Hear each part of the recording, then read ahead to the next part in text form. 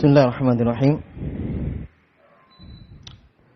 Alhamdulillahi rabbil alamin. Wal aqibatu lil muttaqin wala 'udwana illa 'alal zalimin. Asyhadu an la ilaha illallah wahdahu la syarikalah waliyyus shalihin. Wa asyhadu anna Muhammadan abduhu wa rasuluhu wa khatamun nabiyyin. Sallallahu alaihi wa ala alihi wa ashabihi ajma'in, amma ba'd.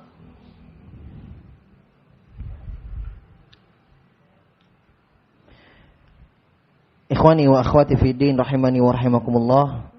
Alhamdulillah, pada malam hari ini kita kembali melanjutkan kajian rutin kita dalam mengkaji dan membahas Umdatul Ahkam, kumpulan hadits-hadits inti, hadits-hadits pokok di dalam hukum-hukum Islam, hukum-hukum fikih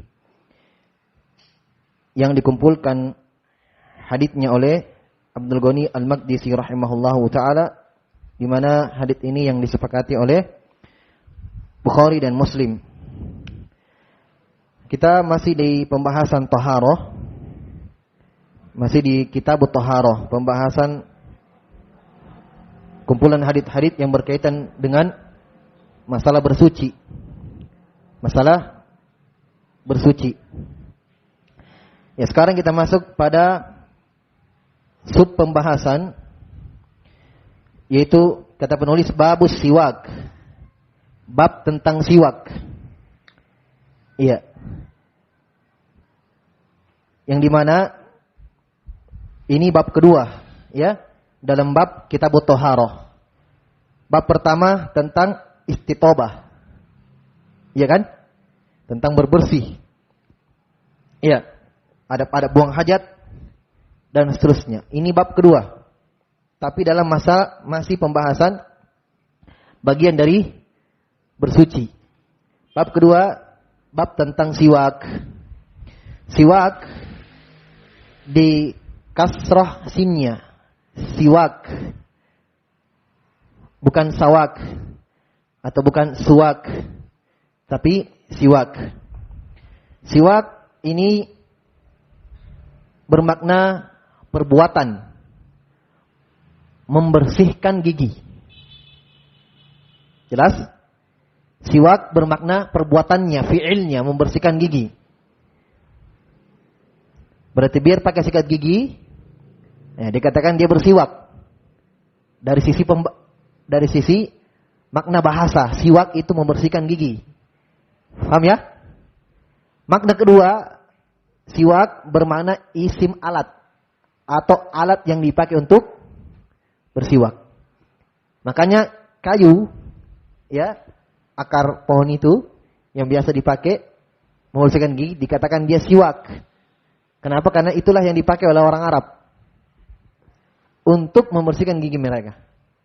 Dan ini sunnah. Ini hadits-haditsnya yang disebutkan nanti. Perbuatan Nabi sallallahu alaihi wasallam, perbuatan sahabat. Jelas ya? Nah, berarti dari bab ini kita sudah bisa paham hadits-hadits apa yang akan dibawakan oleh penulis di sini. Berarti hadits-hadits yang berkaitan tentang disyariatkannya apa? Bersiwak. Jelas? Jadi kembali saya ingatkan, kita simpulkan bahwa siwak bermakna dua. Bisa bermakna perbuatan membersihkan gigi dan bisa bermakna apa? Alat yang dipakai untuk bersiwak. Summa qala rahimahullahu taala, kemudian beliau berkata, an Abi Hurairah radhiyallahu taala anhu.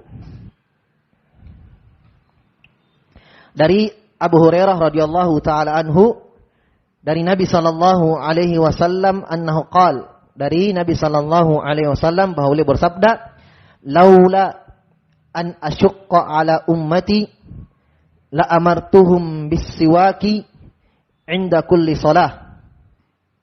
Laula an asyqa ala ummati la amartuhum bis-siwaki 'inda kulli shalah. 'Inda kulli shalah. Baik, ini hadis pertama yang dibawakan oleh penulis di sini. Hadis dari Abu Hurairah radhiyallahu taala anhu. Yaitu Nabi bersabda, seandainya tidak memberatkan umatku, perhatikan, seandainya tidak memberatkan umatku, maka la amartuhum bis-siwaki 'inda kulli sholatin. Maka saya akan perintahkan mereka untuk bersiwak. Berarti di sini siwak bermakna fiil, perbuatan. Saya akan perintahkan mereka untuk bersiwak setiap kali sholat. Setiap kali sholat. Iya. Jadi secara umum, hadits ini menjelaskan kepada kita bahwa disyariatkannya bersiwak. Kenapa? Hampir wajib. Hanya karena Nabi khawatir itu akan memberatkan umatnya, maka Nabi tidak perintahkan. Seandainya tidak memberatkan umatku, maka saya akan perintahkan untuk umatku semua bersiwak setiap kali ingin sholat, 5 kali sehari. Ya. Maka di dalam hadits ini terdapat beberapa petikan hukum, beberapa petikan faidah. Yang pertama, terdapat lemah lembut, ya, akhlak, kasih sayang Nabi sallallahu alaihi wa ala alihi wasallam terhadap umatnya. Beliau tidak mau kalau umatnya berat. Jelas? Dan ini sifat beliau yang Allah sifatkan dalam Al-Quran. Laqad ja'akum rasulun mi anfusikum azizun alaihi ma anittum harisun alaikum bil mu'minina raufur rahim. Telah datang kepada kalian seorang rasul yang sifatnya dia itu berat untuk dia apa yang memberatkan kalian wahai umat Islam. Jadi berat juga untuk beliau. Jadi beliau susah kalau melihat kita susah. Berat kalau melihat umatnya berat. Makanya syariat Islam datang di antara kaidah usul atau kaidah syariat al-masyaqqatu tajibu taysir. Al-masyaqqatu tajibu taysir, bahwa perasaan berat itu, rasa berat, ketidakmampuan selalu akan melahirkan apa? Keringanan. Itu landasan syariat, maqasidus syariah, maksud yang indah datangnya syariat Islam, itu untuk meringankan, untuk memudahkan. Yuridullahu bikumul yusra wala yuridu bikumul usr. Kata Allah, Allah menginginkan untuk kalian itu mudah, ringan. Allah tidak menginginkan untuk kalian kesulitan, berat. Hanya perlu dipahami, ya, ini faedah penting ini, bahwa al-masyaqqah itu perasaan berat. Dalam Islam itu ada dua. Ada yang dinafikan sepenuhnya oleh syariat. Maksudnya apa? Masyaqqah itu berat ya, perasaan berat, ketidakmampuan. Jadi hal-hal yang berat, makna yang pertama, masyaqqah yang pertama, yang dinafikan sama sekali dalam Al-Quran dan hadits, itu masyaqqah yang sama sekali tidak ada manusia yang mampu melakukannya. Kita tidak mampu melakukannya. Kalau masyaqqah, makna yang pertama ini dinafikan sepenuhnya. Tidak ada walaupun sedikit. Paham maksudnya? Makanya Allah berfirman apa? La yukallifullahu nafsan illa usaha. Allah tidak akan membebankan umatnya, membebankan hambanya di luar kemampuannya. Kecuali apa yang dia mampu saja. La yukallifullahu nafsan illa ma ataha. Dalam ayat yang lain, Allah tidak akan membebankan kepada hambanya kecuali apa yang dia punya. Kecuali apa yang dia miliki. Jadi hal yang berat dalam makna yang pertama ini dinafikan. Masyaqqah bermakna kulfah yang di luar kemampuan manusia. Beban atau hal yang memberatkan di luar kemampuan manusia dinafikan sama sekali. Walaupun sedikit tidak ada. Makanya orang yang tidak mampu berdiri dalam sholatnya duduk. Ya kan? Karena ketidakmampuan dia untuk berdiri. Ya. Dia sudah dapatkan itu, tidak mampu sama sekali. Kata Nabi SAW kepada sahabat, Imran bin Husain yang kena penyakit ambeien, bawasir. Kata beliau radhiyallahu anhu, kuntu bi bawasir fasa'altu Nabi sallallahu alaihi wasallam anis shalah. Saya dulu kena ambeien. Bawasir. Saya bertanya kepada Nabi tentang salat, maka Nabi mengatakan shalli qa'iman fa in lam tastati' fa qa'idan fa in lam tastati' fa ala jam. Kata Nabi, salat kamu berdiri dulu, usahakan. Kalau kamu tidak mampu, gugur. Maka duduk. Kalau kamu tidak mampu duduk, berbaringlah. La yukallifullahu nafsan illa wus'aha. Paham? Masyakko yang ini tidak ada. Masyakko jenis yang kedua, berat juga. Berat, tetapi masih dalam kewajaran. Atau dengan kata lain, masih mampu untuk kita melakukannya. Walaupun berat. Paham? Jelas ya? Contoh, ketika Nabi bertanya kepada para sahabat, maukah saya kabarkan kepada kalian amalan, kalau kalian amalkan masuk surga? Kata sahabat, nam ya Rasulullah. Kata Nabi, asbigul wudu alal makarih. Perbaiki wudu kalian, jaga wudu kalian dalam keadaan dingin. Paham? Sekarang saya tanya, mampu tidak kita berwudu dalam keadaan dingin? Kita sehat, tidak sakit. Tapi ya mungkin dingin. Mampu. Walaupun itu apa? Walaupun apa? Berat. Ini masih dalam kewajaran. Mampu manusia melakukannya. Apalagi kalau kita mengetahui keutamaan janji Allah yang Allah siapkan dari pahala yang besar, akan ringan semua itu. Akan ringan. Kata para ulama, man arafa fadla ma yuridu hana alaihi ma yabdhulu. Kata para ulama, siapa yang mengetahui besarnya keutamaan, besarnya fadilah, apa yang dia cita-citakan, apa yang dia inginkan, apa yang dia ingin raih, dia sudah tahu keutamaannya, saya harus dapatkan itu. Kata para ulama, hana alaihi ma yabdhulu, akan ringan semua apa yang dia keluarkan. Ya kan?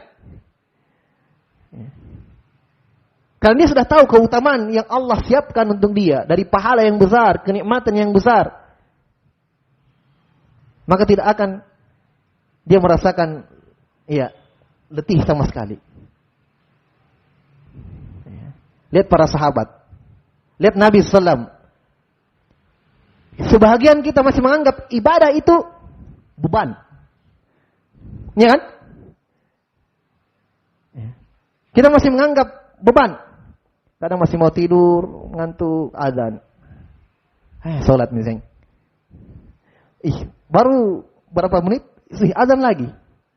Lihat keadaan Nabi dan para sahabat. Kata Nabi kepada Bilal, ya Bilal, arihna bis sholat. Ya Bilal, tenangkan kami ya Bilal dengan sholat. Azan. Mereka seakan-akan menanti ibadah itu. Kenapa? Nikmat bagi mereka ibadah itu. Beda dengan kita. Ya kan? Perhatikan Nabi katakan tenangkan kami dengan sholat. Sholat tenang. Itulah yang mereka inginkan terus. Ibadah. Tenangkan kami dengan sholat. Azan. Arihna bil sholat. Maka Bilal azan. Tapi perhatikan bahasanya Nabi. Arihna. Istirahatkan kami dengan sholat. Tenangkan kami dengan sholat. Kita. Seakan-akan syariat ini beban untuk kita. Padahal itu kebaikan untuk kita sendiri. Kenapa? Karena beda. Apa yang mereka rasakan, apa yang mereka cita-citakan, keimanan bersama dengan keimanan yang bercokol dalam hati mereka besar, ringan semua itu ibadah. Ringan. Bahkan dalam riwayat Utsman mengkhatamkan Al-Quran dalam satu malam. Salat. Satu malam khatam Al-Quran. Salat malam. Ringan. Walaupun itu masyakko, tapi ringan bagi mereka.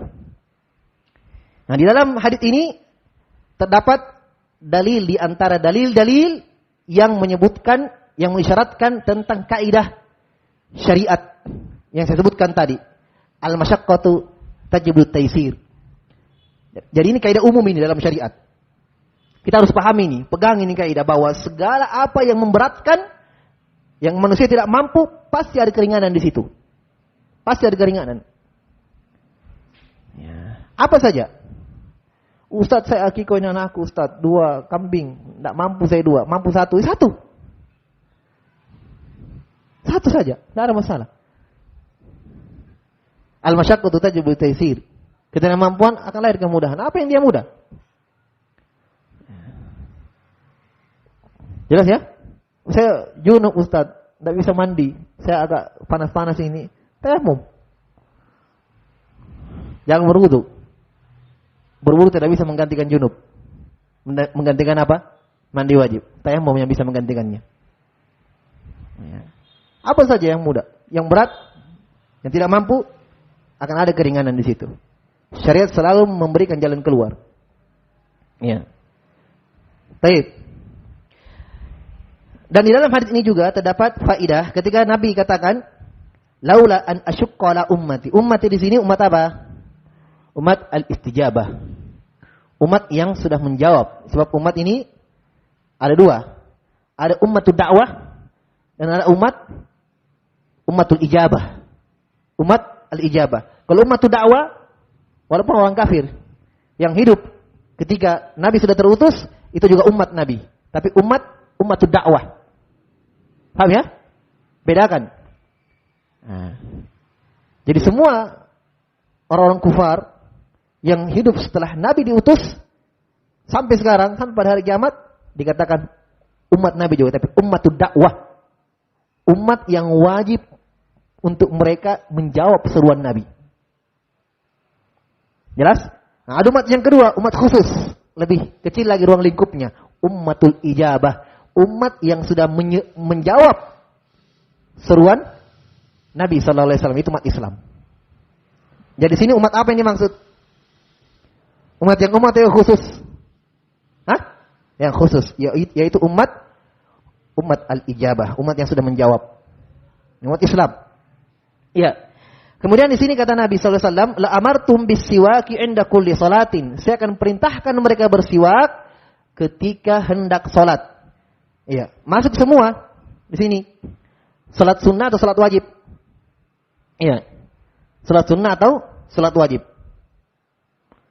Jelas? Nah, kita mengambil faedah lain di sini bahwa tidak ada yang menghalangi Nabi untuk mewajibkan siwak ketika salat kecuali kekhawatiran akan diwajibkannya siwak itu. Paham? Itu saja menghalangi Nabi. Kenapa Nabi tidak mau perintahkan umatnya?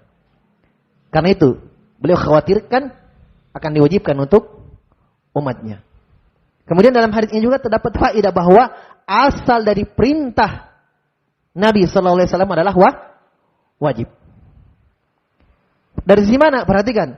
Kata Nabi SAW, seandainya tidak memberatkan umatku, saya akan perintahkan mereka untuk bersiwak setiap kali sholat. Nabi tidak katakan, saya akan wajibkan mereka ketika hendak sholat.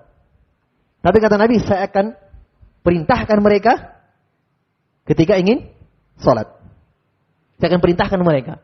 Berarti yang terfahami di sini, bahwa memang Nabi juga memahami seperti itu. Makanya dibilang tidak perintah umatnya. Karena kalau perintah keluar, wajib. Berarti asal perintah apa? Hah? Wajib. Paham ya? Asal dari perintah Nabi yang keluar, lakukanlah ini. Lakukanlah itu. Wajib itu. Nah kalau kita ditanya, kapan turun hukumnya jadi sunnah? Ketika perintah itu, ciri-cirinya ya. Ketika perintah itu Nabi pernah tinggalkan. Nah berarti keluar dari asalnya. Perintah itu ada yang memalingkan dia dari makna wajib. Bermakna sunnah. Dengan dalil yang lain. Dalilnya mana? Nabi pernah meninggalkan perintah itu. Paham? Nah. Jelas ya? Dan disebutkan juga para ulama fikih. Di antara ciri-ciri hal itu wajib. Ya. Nabi tidak pernah meninggalkannya. Terus menerus dilakukan. Ya. Itu juga ciri-ciri bahwa itu wajib. Ini disebutkan oleh sebagian ahli fikih.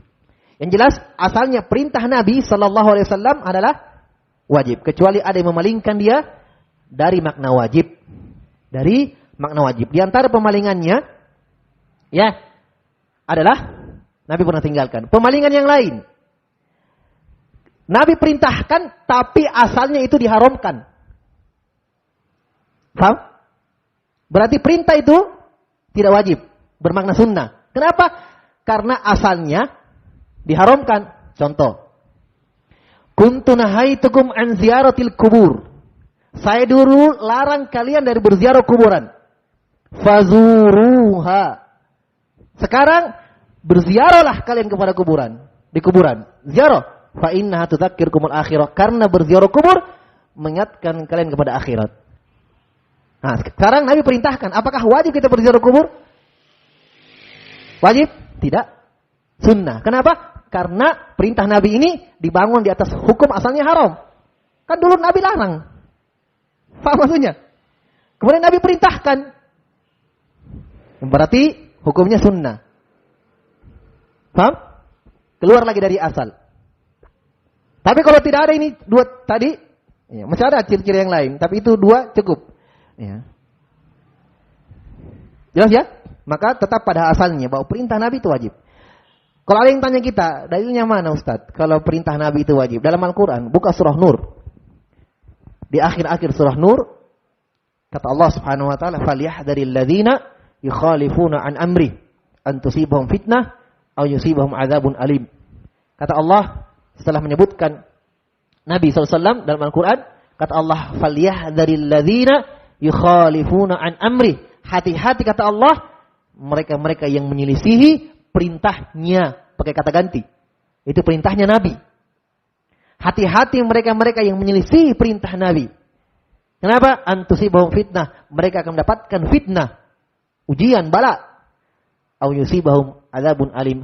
Atau mereka mendapatkan siksaan yang pedih. Ini dalil. Jelas sekali. Diancam oleh Allah yang menyelisih perintah Nabi. Ini menunjukkan bahwa perintah Nabi wajib. Dan ini terlihat dari amalan para sahabat. Para sahabat itu diperintah oleh Nabi, tidak ada. Langsung mereka lakukan. Yang tidak diperintah saja, kalian tidak disuruh, ya, mereka lakukan. Apalagi memang kalau diperintahkan. Ya.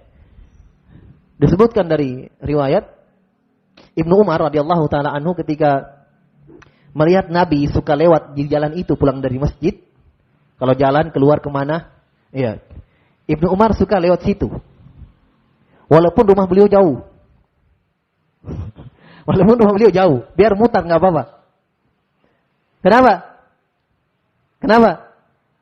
Asyaddul ittiba. Karena kuatnya ikutan beliau kepada Nabi SAW. Padahal tidak disuruh itu.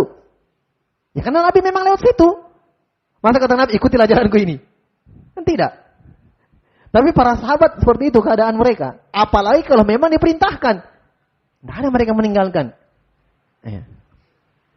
Sampai Ibn Abbas berkata, ya, yushiku an tanzila alaikum hijaratan minas sama. An aqul qala Rasulullah sallallahu alaihi wasallam wa antum taqulun qala Abu Bakar wa Umar. Saya khawatirkan turun kepada kalian hujan batu dari langit. Saya ucapkan ini perintah Nabi, saya katakan ini ucapan Nabi, kalian justru mengatakan ucapan Abu Bakar ini, ucapan Umar ini. Perhatikan dia peringatkan murid-muridnya, hati-hati kalian. Saya sebutkan ucapan Nabi, kalian bawakan ucapan Umar. Ucapan Abu Bakar dan Umar. Abu Bakar As-Siddiq juga pernah seperti itu. Ya, dalam Sahih Bukhari kisahnya. Ketika ya, Nabi SAW meninggal. Harta beliau diberikan kepada Abu Bakar untuk disedekahkan, habis. Tidak ada warisan. Fatimah datang kepada Abu Bakar minta warisannya. Karena wajar beliau anaknya. Aisyah saksinya. Aisyah di situ. Ya. Bahkan Aisyah yang mengisahkan kisah ini dalam Sahih Bukhari. Fatimah datang, Abu Bakar tidak mau memberikannya kepada Fatimah. Sampai Fatimah marah. Ya, kata Aisyah, terus menerus Fatimah marah sampai dia meninggal. Subhanallah. Abu Bakar tidak memberinya. Aisyah bertanya, kenapa ya? Wahai ayahku. Itu anaknya Nabi SAW. Ya. Kata Abu Bakar, simpel saja jawabannya Abu Bakar. Saya mendengarkan Nabi mengatakan, nahnu ma'syarul anbiya la nuris. Kami para Nabi itu tidak ada warisannya. Satu. Yang kedua. Ya. Harta-harta ini saya diperintahkan oleh Nabi untuk membagikannya. Tanah saja, tanah beliau punya tanah di Madinah. sebidang tanah di Madinah punya Nabi diberikan kepada Umar untuk diberikan kepada yang berhak. Habis hartanya, tidak ada bagian. Tidak ada warisan. Kemudian Abu Bakar mengatakan, "Lastu tarikan mimma amila Rasulullah sallallahu alaihi wasallam. Inni akhsha in taraktuhu fa azigh." Saya adalah orang yang paling tidak pernah meninggalkan perintah Nabi. Saya adalah orangnya. Saya takut satu perintah saja yang saya tinggalkan, saya tersesat. Subhanallah. Ini keadaan mereka. Jelas ya? Taib. Makanya Nabi mengatakan, saya tidak mau perintahkan kepada umat untuk bersiwak ini. Karena beliau khawatirkan memberatkan umatnya. Iya. Dan ini dari hadis ini juga terdapat faedah yang lain. Terdapat kaidah syariat yang lain. Yaitu apa? Menghilangkan mafsadah, dar'ul mafasid muqaddam ala jalbil masalih. Ini juga kaidah. Yaitu menghilangkan mafsadah, ya, menghilangkan mafsadah, kejelekan, kemudaratan, bahaya itu lebih didahulukan daripada untuk mendapatkan maslahat atau kebaikan. Bagaimana ini Ustaz? Kita diperhadapkan, ini kebaikan, misalnya ya, ada kebaikan, saya mau amalkan, tapi kalau saya amalkan kebaikan ini, ya, akan lahir kejelekan, keburukan, mudarat. Berarti bertemu dua. Saya diperhadapkan dengan dua keadaan. Saya mau dapatkan maslahat kebaikan, tapi akan timbul apa? Akan timbul kemudaratan, kejelekan yang lebih besar. Maka kaidahnya menghilangkan ini, menghilangkan kejelekan, mudarat lebih didahulukan daripada untuk mendapatkan kebaikan. Bagaimana caranya? Tinggalkan ini supaya ini tidak muncul. Paham? Jelas? Ini kaidah, ini penting. Ya. Saya berikan contoh hadis, nanti akan ada hadisnya, tapi tidak apa-apa sekarang disebut. Hadis Anas bin Malik, ketika lagi berkumpul di masjid bersama Nabi, tiba-tiba datang faja'a arabiyun fabala fi ta'ifatil masjid. Kami bersama Nabi di masjid, tiba-tiba datang orang Arab pegunungan, orang Badui, ya, kencing di sudut masjid. Kencing di sudut masjid. Fazajarahun nasu, kata Anas, manusia, itu para sahabat menzajernya. Woi. Diteriaki, ditegur dengan keras, zajar, dikerasi oleh sahabat. Kata Anas, fanahahumun nabiyyu sallallahu alaihi wasallam, karena ada sahabat Nabi melarang mereka. Nabi melarang para sahabat untuk melarang orang itu. Biarkan. Ya. Maka ketika orangnya pergi, kata Anas, Nabi merintahkan kami untuk mengambil air, menyiramkan kencingnya. Perhatikan. Jelas ya? Mencegah orang itu kencing, kejelekan atau kebaikan? Saya tanya, mencegah orang itu kencing, kebaikan atau kejelekan? Kebaikan. Nahi mungkar. Ya kan? Mencegah kemungkaran. Kemungkaran, siapa yang mengatakan itu baik? Kencing dalam masjid. Tapi Nabi biarkan. Kenapa? Akan timbul kemudaratan kalau dicegah. Perhatikan. Nabi sudah memiliki kaidah ini. Ini syariat ini memang. Ini usul. Kaidah syariat. Apa mudaratnya? Kalau dilarang, kencingnya terhambur. Kan begitu. Dia sudah kencing, kalau larang, dia lari terhambur. Yang awalnya cuma di satu titik, sebentar terhambur kencingnya. Mungkin dia bilang, saya suruh kau larang saya. Satu. Yang kedua, kejelekan yang kedua. Kalau dilarang, dicegah, mudarat besar untuk dia, penyakit. Ya. Kan Nabi, tidak mungkin melihat kesulitan, ketidakmampuan terhadap umatnya. Makanya biarkan dia. Yang ketiga, dia juga Arab Badui, pegunungan. Jelas ya? Nah, ini kaidah. Makanya Nabi membiarkan para sahabat. Bahkan Nabi melarang untuk menegur orang itu. Bukan Nabi membiarkan keburukan, tidak. Bukan Nabi membiarkan keburukan. Hanya kalau dicegah itu, dihilangkan keburukan itu, akan lahir keburukan yang lebih besar. Akan lahir apa? Keburukan yang lebih besar. Wala tasubbul ladzina yad'una min dunillahi fa yusubbullaha adwan bighairi ilm. Ini ayat dalam Al-Qur'an. Itu tadi hadis Dalil dari hadits tentang kaidah tadi yang disebutkan. Kaidah ini. Dalam Al-Quran, kata Allah, jangan kalian mencela sembahannya orang-orang kafir. Orang-orang yang menyembah kepada selain Allah. Jangan kalian cela sembahan mereka. Kenapa? Fayasubbullaha adwan bighairi ilm. Karena akan menyebabkan mereka mencelah Allah. Mencela sembahan orang kafir kebaikan. Maslahat. Kebaikan. Jelas? Tapi Allah larang dalam ayat ini. Kenapa? Karena kalau kita mencela sembahan mereka, mereka akan membalas mencela Allah. Dan itu keburukan lebih besar. Tinggalkan, biarkan saja. Ya kan? Ya. Dan ini terjadi, sebagian orang mencela, apa itu? Iya. Dia cela-cela sembahan orang kafir. Sudah balik, mencela Allah. Ya. Itu dilarang. Kenapa? Karena menghilangkan keburukan itu lebih didahulukan. Ya, karena kaidah asal syariat ini datang untuk menciptakan kebaikan atau memperbanyaknya dan menghilangkan kejelekan atau memperkecilnya. Itu kaidah syariat itu. Jelas ya?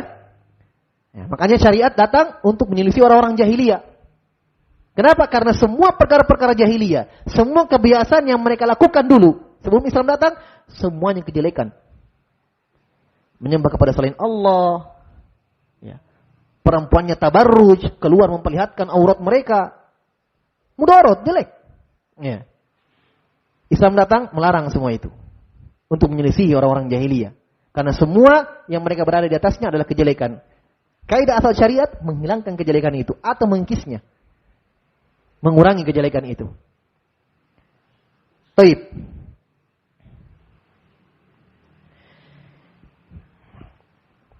Dan di dalam hadits ini juga, dan ini yang paling pentingnya kita mengambil faedah, dan ini faedah asalnya, yaitu disyariatkannya bersiwak. Dan sepakat para ulama tentang disyariatkannya ini, disunnahkan bersiwak. Ya, antum sikat gigi sebelum sholat dengan niat ini, tahu haditsnya dapat pahala. Pahala bersiwak. Karena siwak bermakna tadi apa? Perbuatan membersihkan gigi. Iya. Kalau kita ditanya hikmahnya, kenapa Nabi bersiwak sebelum sholat? Ya karena yang diinginkan adalah tatayyub,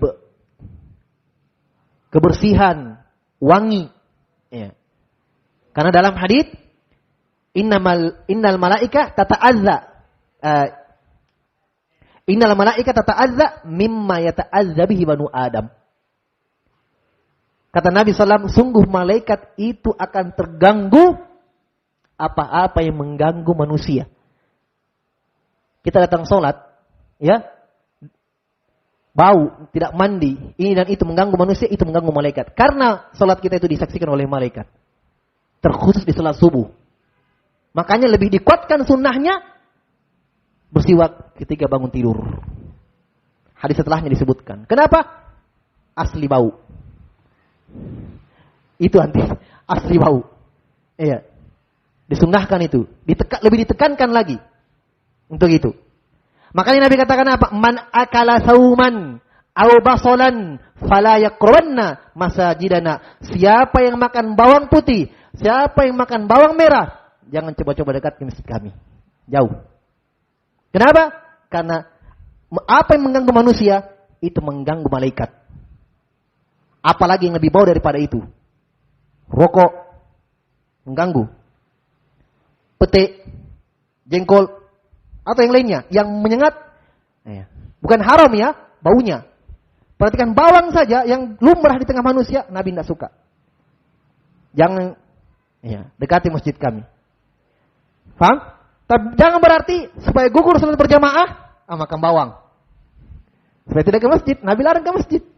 Kata para ulama, itu bukan udzur. Itu iqab, hukuman untuk yang mengkonsumsi bawang sebelum sholat. Kalau mau hilang baunya, dimasak. Nah memang orang-orang Arab, sebagian mereka, bukan sebagian, kebanyakan, makan bawang seperti makan buah. Dimakan mentah, tidak dimasak. Dan ini kita saksikan sendiri di sana. Mereka makan bawang santai, sambil dulu makan bawang. wajar Nabi mengatakan jangan dekat masjid kami. Bau sekali. Ya. Nabi mengatakan, innamal malaikata ta'adza mimma yata'adza bi banu Adam. Mereka terganggu dengan apa yang mengganggu manusia. Inilah hikmah kenapa diperintahkan bersiwak atau disunnahkan bersiwak ketika hendak sholat. Ya, agar kita tidak ada bau. Karena kita ingin bermunajat kepada Allah Subhanahu wa taala. Berdialog dengan Allah Subhanahu wa taala. Ya tidak? Kita berdialog tidak? Ketika sholat. Siapa yang disebutkan dalilnya bahwa kita berdialog ketika sholat dengan Allah Subhanahu wa taala? Saya kasih hadiah. Mana panitia? Kasih hadiah. Hah? Hadits Abu Hurairah ketika membaca apa? Al-Fatihah. Ketika membaca Al-Fatihah. Iya. Kata Nabi sallallahu idza qala abdi alhamdulillahi rabbil alamin, Allah menjawab hamidani abdi, hambaku memujiku.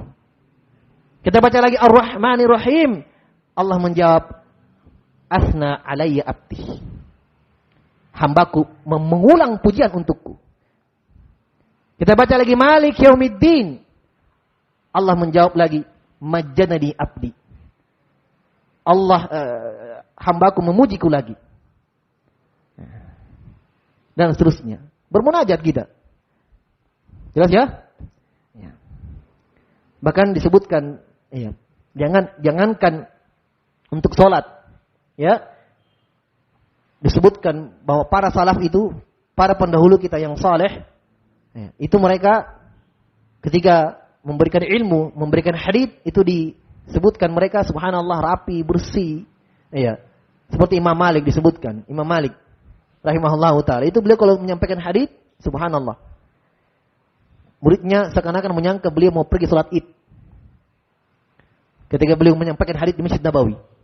Iya. Beliau mandi, baju yang paling bagus. Ya. Iya. Rapi, wangi. Kenapa? Bentuk pemuliaan terhadap ilmu. Kenapa? Karena siapa yang memuliakan ilmu, maka Allah Subhanahu wa taala akan memuliakan dia. Al-jaza'u min jinsil amal. Balasan sesuai dengan perbuatan. Lihat Nabi Jibril alaihissalam ketika mau mengajarkan umat ini agama. Mengajarkan nabi dan para sahabat agama, mengajarkan kita semua agama. Disebutkan apa dalam hadis? Ja'a rajulun. Ya. Tiba-tiba datang seorang pemuda. Ya. Syadidu sawadi syar, sangat hitam rambutnya. Syadidu bayadi thiyabi, sangat putih bajunya. Coba. Hitam rambutnya, rapi, bajunya paling putih. Nggak ada yang kenal. Sampai Umar, nggak ada yang tahu orang ini siapa. Tiba-tiba datang malaikat Jibril menyamar jadi manusia. Tapi subhanallah, diajarkan kita dalam hal itu adab. Adab dalam menuntut ilmu. Kan Jibril datang ini ingin mengajarkan, tapi memposisikan dirinya sebagai penuntut ilmu. Karena beliau bertanya kepada Nabi, akhbirni anil Islam, kabarkan kepadaku tentang Islam. Apa itu Islam? Seakan-akan beliau yang bertanya. Padahal hakikatnya dia mengajar. Karena di akhir hadis kata sahabat, kata Nabi, kamu tahu, kalian tahu tadi siapa itu? Ketika Jibril pergi, apa jawaban Nabi? Umar menjawab, Allah wa Rasulullah alam. Kami tidak tahu ya Rasul siapa itu tadi. Kata Nabi, hadza Jibril atakum yu'allimukum amrodinikum. Itu Jibril datang kepada kalian mengajarkan kalian ilmu agama. Tuh, dia yang mengajar. Kata para ulama, di sini terdapat dalil yang sangat jelas, ada pengajar dan ada para penuntut ilmu. Hitam bajunya, putih rambutnya. Subhanallah, ternyata datang mengajarkan ilmu agama. Bahkan hadits itu Umar bin Khattab, itulah poros Islam. Itulah hadits inti dalam agama. Islam, iman dan ihsan dijelaskan di situ. Rukun iman, rukun Islam di situ semua. Jelas ya? Baik. Masih bisa satu hadits ini? Satu hadits lagi. Yaitu beberapa faedah dari hadits Abu Hurairah. Kita masuk hadits kedua. Saya ada waktu beberapa menit. Qala rahimahullahu ta'ala an Hudzaifah ibn al-Yaman radhiyallahu ta'ala anhu annahu qala kana Rasulullah sallallahu alaihi wasallam idza qama minal laili yashusu fahu bis-siwaki. Qala al-musannifu radhiyallahu anhu syasahu yashusuhu wa masahu yamussuhu idza ghasala. Hadis kedua tentang siwak. Kata penulis dari Hudzaifah ibnu Yaman, sahabat yang mulia, termasuk alim dari ulamanya sahabat. Hudzaifah ibnu Yaman, pemegang rahasia Nabi sallallahu alaihi wasallam. Pemegang rahasianya Nabi ini. Di antara yang beliau pegang adalah nama-nama orang munafikin. Ya, nama-nama orang munafikin. Nabi kan tahu orang-orang munafikin. Sahabat tidak tahu yang mana munafik. Karena sahabat tidak bisa membedakan munafik dengan yang bukan. Karena orang munafik sholat juga. Nabi yang imami lagi. Mereka di belakang. Ya, tapi Nabi tahu orang-orang munafik ini. Hudzaifah yang diberitahukan. Sampai Umar mengatakan, saya khawatir namaku ada di situ. Takutnya mereka dalam nifaq, kemunafikan. Ya. Kata Umar bin Khattab, diriwayatkan dari beliau radhiyallahu anhu, seandainya ada seruan dari langit, panggilan dari langit, wahai umat manusia, kalian semua masuk surga kecuali satu orang. Kata Umar, itu saya. Itu saya. Jadi Umar bin Khattab ketika tahu bahwa Hudzaifah yang pegang itu nama-nama orang munafik, dikejar terus Hudzaifah, jangan sampai saya ada di situ. Sampai kalau ada mayat yang mau disolati, jenazah, Hudzaifah lihat dulu, ada tidak Hudzaifah? Kalau tidak ada Hudzaifah dicurigai, wah, kenapa Hudzaifah tidak ada? Dicurigai ini. Jelas ya? Sebab beliau adalah termasuk sahabat yang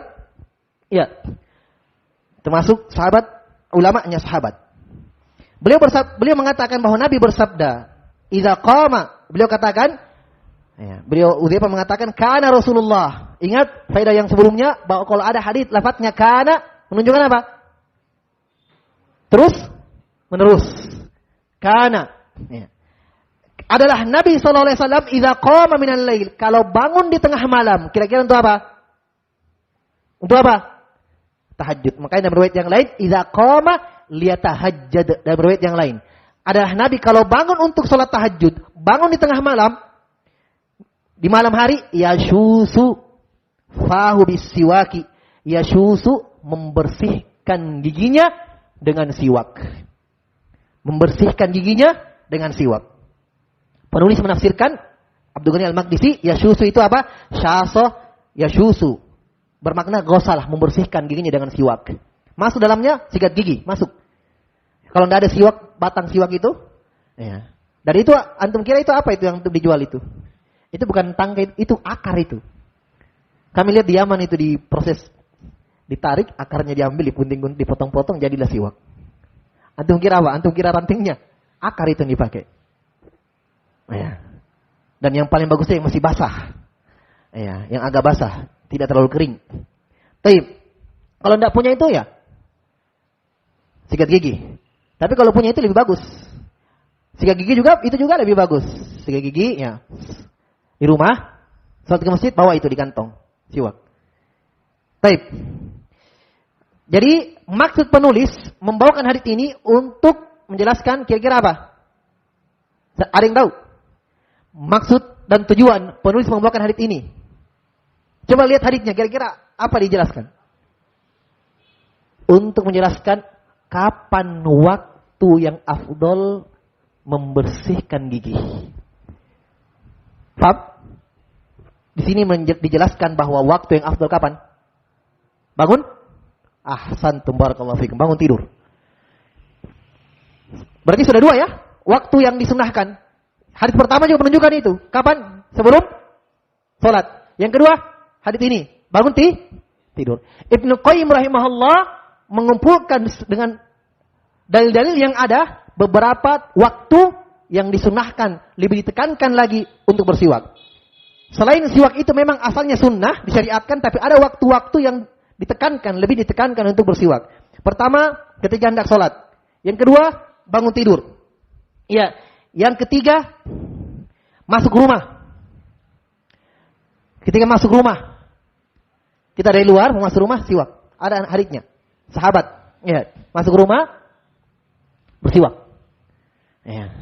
Ya kan? Apalagi yang bersuruh berkeluarga, kan enak masuk rumah ketemu istri bersih. Ya, kalau anak muda belum. Jelas? 3. Ya, kemudian kata Ibnu Qayyim, ketika gigi sudah menguning. Ketika gigi sudah menguning. Ya. Terus yang berikutnya, ketika gigi bau, habis makan, bau atau tidak habis makan tapi bau, dia rasa cium-cium bau, siwak. Jelas ya?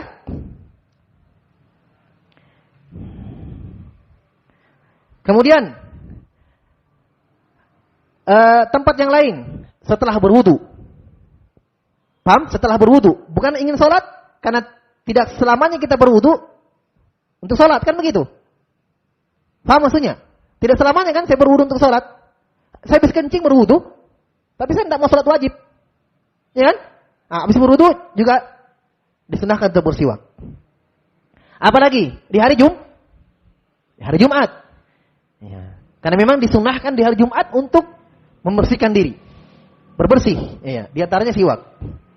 Di antaranya siwak. Itu di antara yang disebutkan oleh Imam Ibnu Qayyim rahimahullahu taala, tempat-tempat atau waktu-waktu yang disyariatkan ditekankan untuk bersiwak. Baik. Maka di dalam hadis ini, dalam hadis Hudzaifah ini terdapat beberapa faedah. Yang pertama,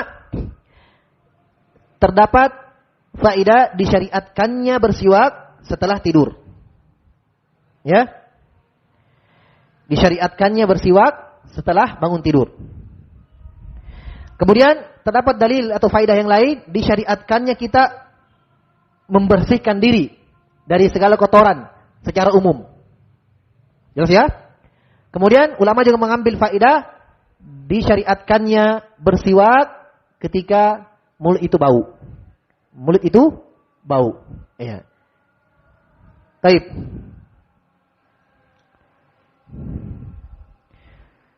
Maka ini beberapa faedah dalam hadits Hudzaifah bin Yaman radhiyallahu taala. Baik, cukup dulu ya 2 hadits malam ini, insyaallah taala kita akan lanjutkan pada pertemuan selanjutnya. Wallahu taala alam.